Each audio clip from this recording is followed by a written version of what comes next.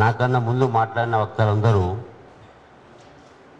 Cinema ఇండస్ట్రీలో జరుగుతున్నటువంటి పక్షపాతాన్ని, వివక్షతని, అన్యాయాన్ని, స్వరాష్ట్రంలో కూడా ఎదుర్కొంటున్న బాధల్ని, కష్టాలని 1200 మంది అమరవీరులైన తర్వాత వచ్చిన తెలంగాణలో మళ్ళీ మనం అడుక్కొని తినే బతకాల్సినటువంటి అవసరాన్ని చాలా చక్కగా వివరించారు. మన సినిమాలో టైగర్ జైన్ గౌడ్ అని ఎప్పుడూ ఘర్షణ పడేది. ప్రతి అంశంలో తెలంగాణ వాడికి అన్యాయం జరిగితే ముందుండి కొట్లాడేది. మన సురేష్ గారు కూడా గత 10 సంవత్సరాలుగా ఈ అంశం మీద ప్రయత్నాలు చేస్తున్నారు. చాలామంది చాలా రకాలుగా ప్రయత్నాలు చేసినా చాలా సంవత్సరాలు పుట్టుకొచ్చి మళ్ళీ మౌనమై మళ్ళీ ఇప్పుడిప్పుడే మళ్ళీ ప్రయత్నాలు మొదలుపెట్టడం ఒక ఆశాజనకమైనటువంటి చర్యగా మనం భావిస్తూ కేవలం మన భౌగోళిక తెలంగాణనే తెచ్చుకున్నాం. రాష్ట్రం పోరాడి ఎంతోమంది యువకులు అమరులైన తర్వాత మనకు వచ్చింది కేవలం భౌగోళిక తెలంగాణే. ఎట్లయితే నీళ్లు, నిధులు, నియామకాలు పంపకాలు జరిగినాయో, మిగతా అంశాలలో ఉమ్మడి విభజన చట్టాలు అమలైనాయో, అమలు కాకుండా 12 ఏళ్ళు ఇంకా ఉన్నాయంటే ఒక సినిమా ఇండస్ట్రీ మాత్రమే. ఆనాడు ఉమ్మడి రాష్ట్రంలో మద్రాసు నుంచి వచ్చినటువంటి సినిమా ఇండస్ట్రీ రూపాయి పావుల గజం చొప్పున అత్యంత ఇప్పుడు ఖరీదైనటువంటి స్థలాల్లో స్టూడియోలకు నిర్మాణం చేయడానికి ఆనాటి ప్రభుత్వం సాయం చేసింది. ఈరోజు అది 100 కోట్లు, 200 కోట్లు, 300 కోట్లకు ఎకరం ఉంది. తెలంగాణ తెచ్చుకుని 10 ఏళ్ళు అదైంది. గత ప్రభుత్వ పాలనలో, కేసీఆర్ పాలనలో 2 సంవత్సరాలు దాదాపు ఇది గడుస్తుంది. కేసీఆర్ వచ్చిన తర్వాత అన్ని రంగాలలో తెలంగాణ వాడి హక్కులు, బాధ్యతలు ఎట్లయితే మనం వస్తాయి అనుకున్నామో రాలే. ఇందాక జైందన్న చెప్పిండు, ఉమ్మడి ఆంధ్రప్రదేశ్లో మంత్రి గారు, సినిమా ఇండస్ట్రీ మంత్రి గారు ఆయనే ఉండే, తెలంగాణ రాష్ట్రంలో కూడా ఆయననే ఉండే. ఏ మంత్రి గారైతే ఉన్నారో ఆ మంత్రి గారే తెలంగాణ ఉద్యమాన్ని చేసే కేసీఆర్ని ఊర్లోకి వెళ్ళి తరిమి కొడతానే వ్యక్తి. అంటే తెలంగాణకు వ్యతిరేకంగా పనిచేసిన వాళ్ళని రాష్ట్రం సాధించుకున్న తర్వాత పరిపాలనలో భాగస్వామ్యం చేయడం వల్ల జరిగిన ప్రమాదం ఏందో ఇప్పుడు మనం గమనిస్తున్నాం 10 ఏళ్ళ తర్వాత. ఇంకొక ప్రధానమైన అంశం ఏంటంటే, ఏ అంశమైనా అడగంది అమ్మాయినా పెట్టది.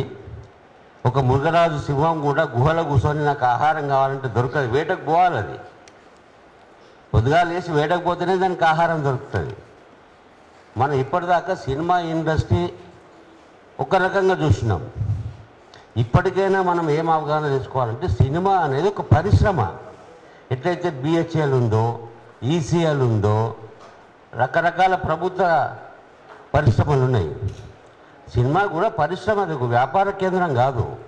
కానీ ఆ సినిమా తీయటంలో కోట్లాది రూపాయల డబ్బులున్నవాడు, ఇందాక అన్నగారు చెప్పినట్టు క్రియేటివిటీ లేకున్నా ఆడంబరాలతోటి, అనేక రకాల హింసాత్మక దృశ్యాలతోటి, సెక్స్ పరంగా సినిమాలు తీసి 1 రూపాయికి 10 రూపాయలు సంపాదించుకునే వాతావరణాన్ని నిర్మాణం చేసుకొని బలవంతంగానైనా సినిమాలు నడిపించి ప్రభుత్వం నుంచి రాయితీలు పొంది బతికిన వాళ్ళు. ఇందాక అన్న చెప్పినట్టు క్రియేటివ్ ఉంటే 3 గంటల సినిమా తీయాల్సిన అవసరం లేదు. నాకు తెలిసి కరీంనగర్లో ఒక పిల్లవాడు బాంబే పోయి మరాఠీలో షార్ట్ ఫిలిం తీసి అంతర్జాతీయ అవార్డు తెచ్చుకున్నాడు. అంతర్జాతీయ అవార్డు. ఇవాళ కూడా షార్ట్ ఫిలిమ్స్, లఘు చిత్రాలు వస్తున్నాయి, షార్ట్ ఫిలిమ్స్ వస్తున్నాయి, చిన్నపిల్లల సినిమాలు వస్తున్నాయి. దేశవ్యాప్తంగా చిన్నపిల్లల సినిమాలకి అంతర్జాతీయ అవార్డుల కింద గోవా కేంద్రంగా ప్రతి సంవత్సరం పోటీలు అవుతాయి. మనం ఏం చేస్తున్నామంటే, మన హక్కుల్ని మనం ఇంకా గుర్తించలే. సినిమా పరిశ్రమలో కార్మిక చట్టాలు అమలు కావాలి, వాటి కోసం మాట్లాడతలేము. ఇందాక అన్న చెప్పిన లక్షలాది మంది సినిమా జూనియర్ ఆర్టిస్టులు కానీ, కెమెరామెన్లు కానీ ఒక సభ్యత్వం తీసుకోవాలంటే ₹1,00,000 తీసుకుంటున్నారు. ₹1,00,000 కట్టి సభ్యత్వం తీసుకునే శక్తి మన తెలంగాణ వాడికి ఉంటుందా? మూవీ ఆర్టిస్ట్ అసోసియేషన్లో పెద్దలు చెప్పాలి, ₹1,00,000 అంటే ఎక్కడికక్కడ తెలంగాణ వారిని సినిమా పరిశ్రమలో రాకుండా ఉండటానికి అనేక రకాల ఎత్తులు ప్రయత్నాలు చేసి ఆపగలిగారు. ప్రభుత్వం వాళ్ళకి సహకరించింది. ఇప్పటికైనా మనం కళ్ళు తెరవకపోతే వేలాది కోట్ల రూపాయల పరిశ్రమ ఇప్పటికీ వాళ్ళ చేతుల్లోనే ఉంది. వాళ్ళు ఏమంటున్నారు? ఇప్పుడు తెలంగాణ సినిమా అంటలేరు, తెలంగాణ అస్తిత్వాన్నే వాళ్ళు కించపరిచేటట్టు, తెలంగాణ స్వాభిమానాన్ని కించపరిచేటట్టు తెలుగు సినిమా అంటుండ్రు. ఎందుకంటున్నారు తెలుగు సినిమా? మనం కొంచెం లోతుగా పోయి అర్థం చేసుకోవాలి. తెలుగు అంటే ఏంటిది? మనకేముండదు, వెంట్రుకలు నిలబడే ఆవేశం ఉండదు, కోపం ఉండదు, పగ ఉండదు, కసి ఉండదు. తెలుగు అంటే వాళ్ళు తెలుగు పేరు మీద ఉభయ రాష్ట్రాలలో సినిమా ఇండస్ట్రీకి భూములు ఇస్తామంటే ఇక్కడున్నాయని అక్కడికి పోయి తెచ్చుకుంటాడు. వాళ్ళు పిలుస్తున్నారు, చంద్రబాబు పవన్ కళ్యాణ్ పిలుస్తారు, రండి మా దగ్గరికి రండి, భూములు ఇస్తాం, నిధులు ఇస్తాం, స్టూడియోలు కట్టండి, మా దగ్గర కూడా అభివృద్ధి చేయమంటే పోయేటోడు ఎవరు? ఇక్కడ ఉన్నోళ్ళే. ఇక్కడ స్టూడియోలు ఉంటాయి, ఇక్కడ నిర్మాతలు ఉంటారు, ఇక్కడ సినిమా కంపెనీలు ఉంటాయి. సినిమా తీస్తే వాళ్ళ సినిమాల తర్వాతనే వేరే సినిమా రావాలి. నలుగురు కలిసి 5గురు కలిసి మొత్తం 3000 సినిమా థియేటర్లు లీజుకు తీసుకున్నారు. అనేక రకాల అణచివేత ఉన్నది. దీన్ని పరిష్కరించడానికి మనం కూడా సినిమా తీయగలగాలనే శక్తివంతులు మన ఎంబడి ఉండగలగాలి. తీసిన సినిమా కూడా అంతర్జాతీయ స్థాయిలో తీయగలుగుతాం. మా క్రియేటివ్ ఉన్నది, నైపుణ్యం ఉన్నది. ఇందాక అన్న చెప్పిండు బల్గం సినిమా. బల్గం సినిమా ఎవరు తీసినారు? మళ్ళా వాళ్ళే. తెలంగాణోడు మనం అంటున్నాం, దిల్రాజు గారు మన తెలంగాణోడు అని. మనసు తెలంగాణ కాదు, తెలంగాణ పుట్టినోడంతా తెలంగాణ కాదు. భూమి పుత్రులు వేరు, పౌరులు వేరు. ఇక్కడ మహారాష్ట్ర వాడు ఉంటాడు, కర్ణాటక వాడు ఉంటాడు, తమిళనాడు వాడు ఉంటారు. వాళ్ళు కేవలం తెలంగాణ రాష్ట్రం ఏర్పడిన తర్వాత కేవలం పౌరులు మాత్రమే. రేషన్ కార్డు ఉండొచ్చు, ఉద్యోగానికి ఏదైనా 15%, 20% రిజర్వేషన్ ఉండొచ్చు. కానీ భూమి పుత్రులుగా సినిమా ఇండస్ట్రీని విభజన చట్టాలు అమలు కావాలి. మా తెలంగాణ వాడు 60%, 70% ఇక్కడ సినిమా తీస్తే 20 లక్షలు, 30 లక్షలు రాయితీ రావాలి. ఇందాక చెప్పిండు పైటి జయరాజన్ అనేటోడు ప్రపంచంలో అటువంటి కథానాయకుడు కానీ, విలన్ కానీ, గుర్రపు స్వారీ చేసేవాడు కానీ, కొండలు గుట్టలు తాడు పట్టుకొని ఎక్కటాడు కానీ ఈ రోజు వరకు పుట్టలే. ప్రభాకర్ రెడ్డి గారు తన సొంత భూమిని అమ్మి చిత్రపురి కాలనీ నిర్మాణానికి, నా కార్మికులు పేదవాళ్ళు వాళ్ళకు గృహ వసతి ఉండాలి అని ఆ రోజుల్లో చిత్రపురి కాలనీ నిర్మాణం చేస్తే, ఇవాళ ఒక్కసారి మనం రేపో ఎల్లుండో పెద్దల్ని కమిటీ వేసుకొని చిత్రపురి కాలనీలో ఇల్లు తలుపు కొడదాం, అందుకెళ్ళి ఎవడు బయటకు వస్తాడో చూద్దాం. అంతా బయట వాళ్ళే, సినిమాకు సంబంధం లేని వాళ్ళే. ఇప్పటికి నిన్ననో మొన్ననో ఆ శ్రీనివాస్ అనే ఆయన పేపర్ ప్రకటన చూసిన, ఇంకా మిగిలింది 6 ఎకరాలు ఉన్నది, పంచుతున్నాం, ప్లాట్లు చేస్తున్నాం, రండి కొనుక్కపోదు రండి అంటుండు. ఎవరిని కొనుక్కపోమంటుండు? మళ్ళీ వాళ్ళే కొనుక్కపోతారు. నిన్న మొన్న ఒక వీడియో చూసిన, ఒక తెలంగాణ అమ్మ ఒక కూతుర్ని పెట్టుకొని 15 ఏళ్ల కింద 5 లక్షలు 10 లక్షలు డబ్బులు కట్టింది ఇంటికి. ఆమె కట్టిన డబ్బుల్ని పక్కకు పెట్టి ఆ ఇంటిని వేరే వాళ్ళకి ఇచ్చినారు. నాకు భర్త తిరాడు, నేను చనిపోవడం తప్ప వేరే మార్గం లేదన్నది. మనం స్పందించడం లేదు. చిత్రపురి కాలనీలో వేల కోట్ల రూపాయల స్కామ్ అయింది. హైకోర్టు చెప్పింది ఇప్పుడు కొత్తగా వేసిన కమిటీని రద్దు చేయమన్నది. ప్రభుత్వం రద్దు చేయటం లేదు. రద్దు చేయాల్సినటువంటి కోఆపరేటివ్ విభాగాన్ని అధికారి వాళ్ళ వైపు మాట్లాడుతున్నాడు. మళ్ళీ ఒక కొత్త కమిటీ వేసిన ఎంక్వైరీకి. ఆ ఎంక్వైరీలో ఒక అమ్మగారిని పెట్టుకున్న ఆయన. ఆ అమ్మగారు సినిమాకు సంబంధించింది కాదు, తెలంగాణకు సంబంధించింది కాదు. ప్రభుత్వానికి తెలియదంటే తెలుసు, అన్యాయం జరిగిందని తెలుసు. కోర్టులు చెప్తున్నాయి, కోర్టు తీర్పులు ఇచ్చినాయి ఆ కమిటీని రద్దు చేయమని. ఈరోజు వరకు అదే కమిటీ మీద మళ్ళీ డబ్బులు చేస్తున్నారు. ఈ మధ్యకాలంలో చిత్రపురి కాలనీలో 20 ఏళ్ల కింద కట్టుకున్న ఆయనకి కారు పార్కింగ్ తోటి రిజిస్ట్రేషన్ అయింది. వాళ్ళు కొత్తగా ఏం పెట్టినారు? ఇప్పుడు కారు పార్కింగ్కు మళ్ళీ 5 లక్షలు కట్టమంటున్నారు. ఇట్లా ఎక్కడ చూసినా అవినీతి, దోపిడీ, అక్రమాలు, వేలాది కోట్ల రూపాయలు. ప్రభాకర్ రెడ్డి గారు ఆ రోజు ఆయన 4 ఎకరాలు అమ్మితే అది అది కొనలేకపోతుండే. ఈరోజు పేదలకు గృహం లేకపోతుండే. అట్లా ఆయన విగ్రహం పెట్టాలని జయంత్ గౌడ్ అటువంటి వాళ్ళు కొట్లాడితే ప్రభాకర్ రెడ్డి విగ్రహం ఎప్పుడు పెట్టినాం మనం? మొన్న పైటి జయరాజ్ విగ్రహం ఉందా? అసలు తెలంగాణ తల్లి విగ్రహం సినిమా క్లబ్ దగ్గర ఉన్నదా? ఫిలిం క్లబ్ ఏదో అంటాం కదా, ఉన్నది అక్కడ తెలంగాణ విగ్రహం? వాడు ఒక్కనాడన్నా దండేసిపోతాడా తెలంగాణ తల్లికి? వేయడం లేదు. విభజన చట్టాలు అమలు కావటానికి కేంద్ర ప్రభుత్వం ఒక రిటైర్డ్ జడ్జిని వేసింది. దానికి అందరం మనం పోయి దరఖాస్తు పెట్టాలి. వారం లోపల కేంద్ర సినిమా పరిశ్రమకు సంబంధించినటువంటి ఆస్తులని 52-48% మాకు పంచివ్వాలి. ఇప్పుడున్నటువంటి ఫిలిం క్లబ్లో మాకు సగం రావాలి. లేకపోతే మేము తెలంగాణ తల్లి విగ్రహాన్ని అక్కడ పెడతాం. మేము ఎట్లయో అని అడిగేటట్టు ఉండాలి.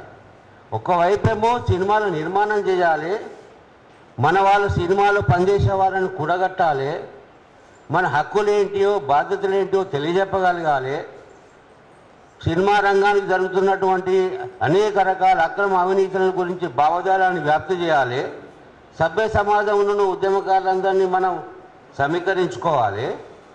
2 తెలంగాణలు తేవడానికి ఎంత కష్టమవుతుందో, ఎంత పోరాటం అవుతుందో, ఒక సినిమా ఇండస్ట్రీ విముక్తికి అంత పోరాటం చేయాల్సి వస్తుంది.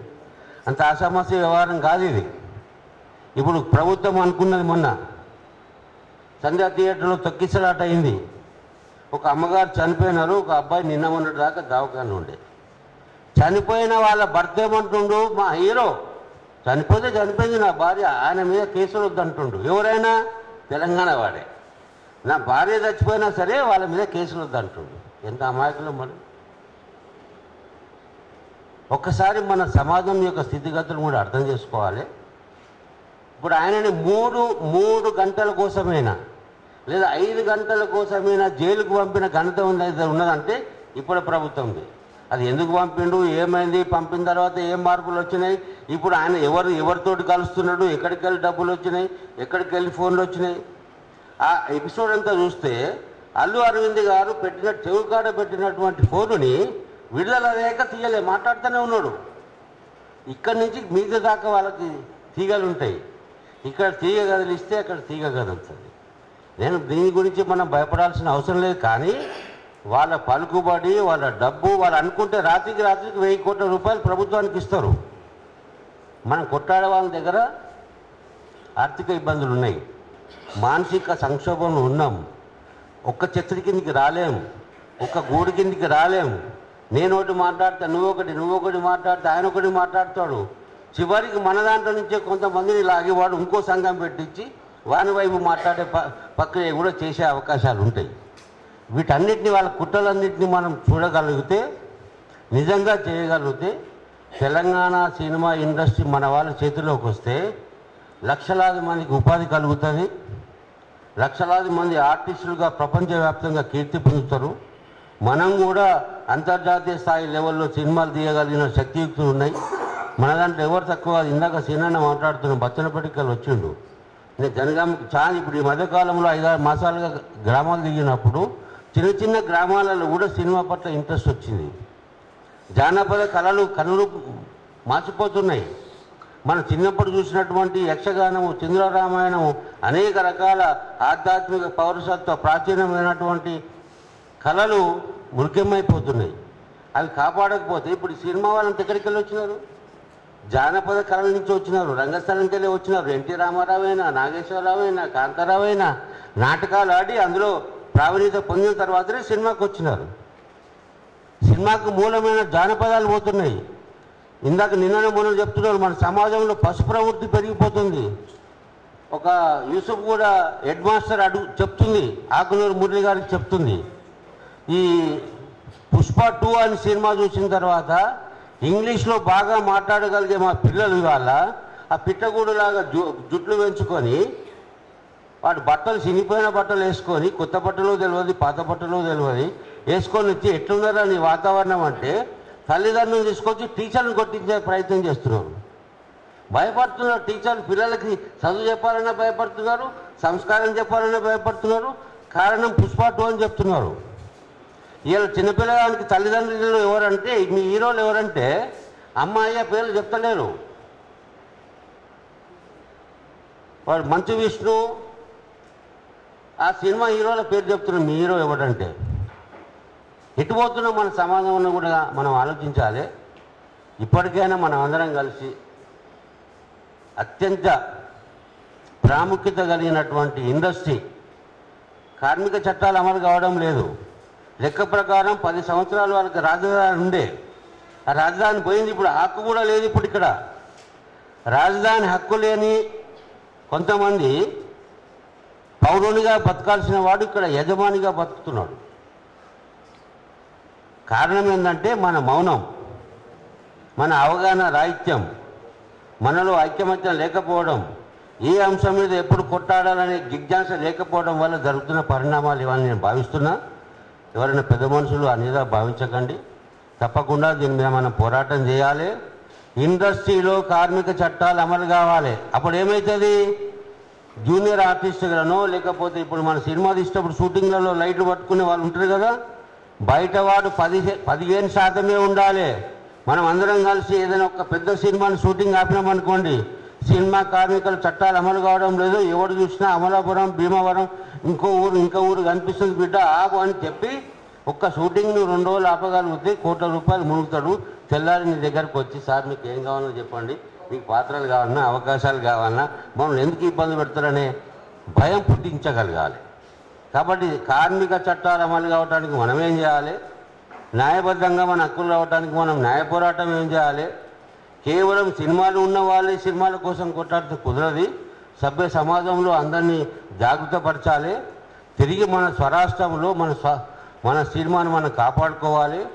ఈ హింస ప్రవృత్తి, సెక్స్, దొంగతనాలు, కల్ప దొంగలే హీరోలు కాదు. సామాజిక మార్పు తెచ్చిన వాళ్ళంతా హీరోలుగా చూపెట్టగలగాలి. మంచి సినిమాలు రావాలని కోరుకుంటూ ఈ ఉద్యమాన్ని మొదలుపెట్టి ప్రారంభించినటువంటి పెద్దలు రామరెడ్డి గారు, లారా గారు, అన్నగారు, మోహన్ బైరాగ్ గారు, మిగతా అందరికీ ధన్యవాదాలు తెలియజేస్తూ నాకు అవకాశం ఇచ్చినందుకు కృతజ్ఞతలు తెలియజేస్తూ ముగిస్తున్నాను. జై